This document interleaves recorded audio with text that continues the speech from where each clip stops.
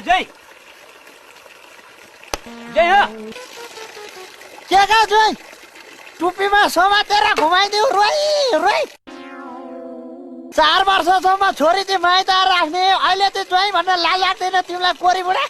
ले हेर न बोले मेरी छोरीलाई जाँड खाएर कुटेर घरबाट निकालेर नि त तिमीले उसले पनि त मलाई आमा समूह ल्याएर कुटाइ नि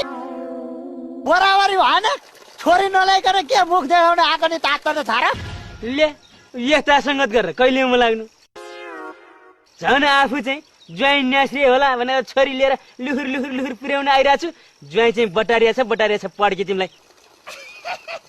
ए उ पनि आकी छ ससुरामा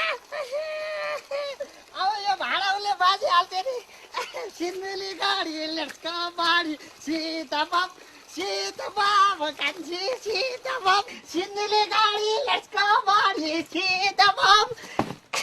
बसो ससुरामा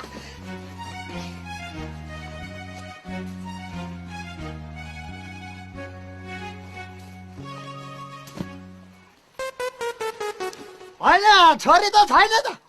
ए छोरी छे आगी छे छे त छे कहाँ छे ए सुन्दली ए सुन्दली धुर्मु सन्चाई राम राम राम राम राम राम राम कत्रो बुढी ए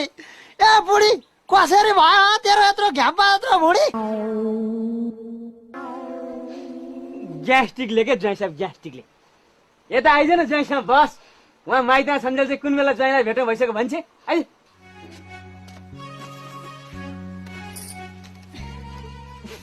राम राम राम राम ससुराबा त्यो कसैको छोरी चेली देख्ने नआउने त भगौडे पुलिस हल्दार थियो नि गाउँमा त्यो अहिले छ कि छैन यहाँ खुरुक्क मलाई भन्नुहोस् छ्या त्यो दाइलाई जे पाए त्यही चाहिँ नभन के त्यो दाइ त कस्तो मजाको हुनुहुन्छ तँलाई त मजाको भइहाल्छ नि जे गर्नु त्यही मजाले त गरेछ नि छ्या त्यसै चाहिँ नभन के त्यो दाइ त अस्ति मात्रै पनि हाम्रो घर आएर गएको आइहाल्छ